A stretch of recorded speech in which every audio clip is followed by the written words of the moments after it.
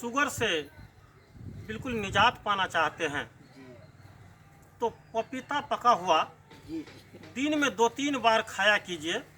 जो sugar patient है उसका तो शुगर जाएगा ही, जो हुआ नहीं है अभी तक शुगर पेशेंट, वो जीवन में कभी शुगर पेशेंट हो नहीं सकता है। अच्छा जी। इस चीज़ को गांठ बांध लीजिए और आज से ही इस पर जो है अपना शुरू कर दीजिए पपीता खाना। देखिए कभी जीवन में आप शुगर का पेशेंट नहीं हो सकते हैं। और कोई भी व्यक्ति जो कहता है ना हम अपने हाथों से कमा करके इतना बड़ा ये चीज़ हासिल कर लिया, ऐसा मुकाम प्राप्त कर लिया, ये उनकी गलतफहमी है। जब तक ऊपर वाले नहीं चाहेंगे तो आप वहाँ तक नहीं पहुँच सकते हैं। जहाँ अच्छा। तक मेरा मानना है, कमाने से धन नहीं होता है, पढ़ने से विद्या नहीं होती है, खाने से घटता नहीं है, चोरों को ले जाने से वो धन कम नहीं होता है। इस अच्छा। राज को भी आप मान के चलें, ये मेरा अपना अनुभव है। ये मेरा अपना एक्सपीरियंस है, अभी तक 50 वर्षों का अनुभव है।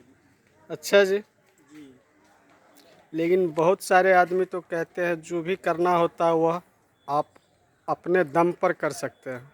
हाँ, प्रयास तो सभी करते हैं। जैसे जिंदा उदाहरण कहने का मतलब मैं भी हूँ इसका। आज तक ड्यूटी करने में मैं किसी से कम नहीं हूँ। सुबह 4 बजे से अगर कहे तो हम अपना ड्यूटी संभाल सकता हूँ और प्रयास तो मैं भी कर रहा हूँ। मेरे साथ वाले लड़का करोड़पति बन गए और हम रसातल में जाते जा रहे हैं। आखिर हमारी मेहनत कहाँ कम पड़ रही है? हम तो कर तो रहे हैं ना। नहीं, इसमें आपको कुछ न कुछ टटोलना होगा, आपके अंदर कुछ कमियां होगी। अब मुझे तो कमी नज़र नहीं आ रहा है। अब निकालने वाले आप लोग जो कमी ढूंढ के निकाल दें, लेकिन मैं अपनी ओर से तो कोई कोताही नहीं बरत रहा हूँ। एक कबीर साहब का दोहा है जिसे आपने सुने होंगे। कहते हैं, कर बाहुबल अपना छाड़ बिरानी आस, जे केयू के आंगन नदी बहे, सो कस मरत प्यास। जी, तो इसका देखिए, मतलब क्या हुआ? इसका मतलब यही हुआ कि आपको खुद अपने बल पर करना पड़ेगा। अपने बल पर अगर करते हैं तो आपकी ये भाग जो है ना वह किस्मत भी बदल सकता है। कर बाहुबल अपना छाड़ बिरानी आस, दूसरों का आशा छोड़ दीजिए। लेकिन हमने ऐसा भी देखा है, 101 रट्टुमल विद्यार्थी को देखे हैं।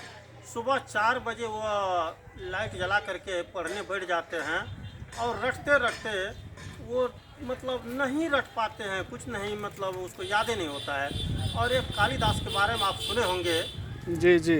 उन्होंने कभी कोई ग्रंथ स्कूल तक भी नहीं गए थे, लेकिन उसमें एक ऐसी कहने का मतलब ये हुआ, मूढ़ ऐसा व्यक्ति था, उनको कहा गया कि जा कर के आप भगवती के स्थान में जा कर के अभी एक दीप जला के आ जाइए, तो समझ लेंगे जो आप मतलब बहुत